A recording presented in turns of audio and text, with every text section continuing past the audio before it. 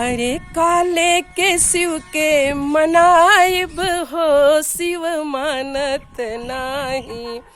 काले के शिव के मनाइब हो, शिव मानत नाही। काले के शिव के मनाइब हो, शिव मानत नाही। अरे पेड़ा जिलेबी शिव के मन हो न भावे, पेड़ा जिलेबी शिव के मन हो न भावे। भांग धतुर कहाँ पायब हो, शिव मानत नाही। काले के शिव के मनायब हो, शिव मानत नाही। काल हाथी और घोड़ा शिव के मन हो न भावे, हाथी और घोड़ा शिव के मन हो न भावे। बसहा बैल कहाँ पायब हो, शिव मानत नाही। बसहा बैल कहाँ पायब हो, शिव मानत नाही। काले के शिव के मनायब हो, शिव मानत नाही। काले के शिव के मनाइब हो, शिव मानत नाही।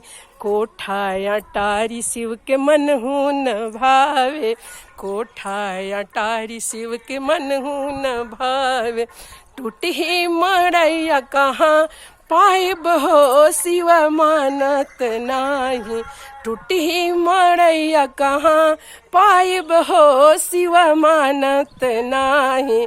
काले के शिव के मनाइब हो, शिव मानत नाही। काले के शिव के मनाइब हो, शिव मानत नाही।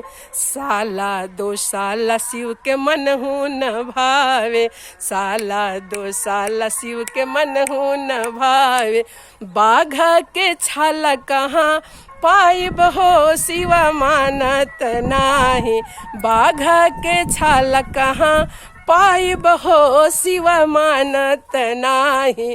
काले के शिव के मनाइब हो, शिव मानत नाही। हर हर महादेव, हर हर महादेव।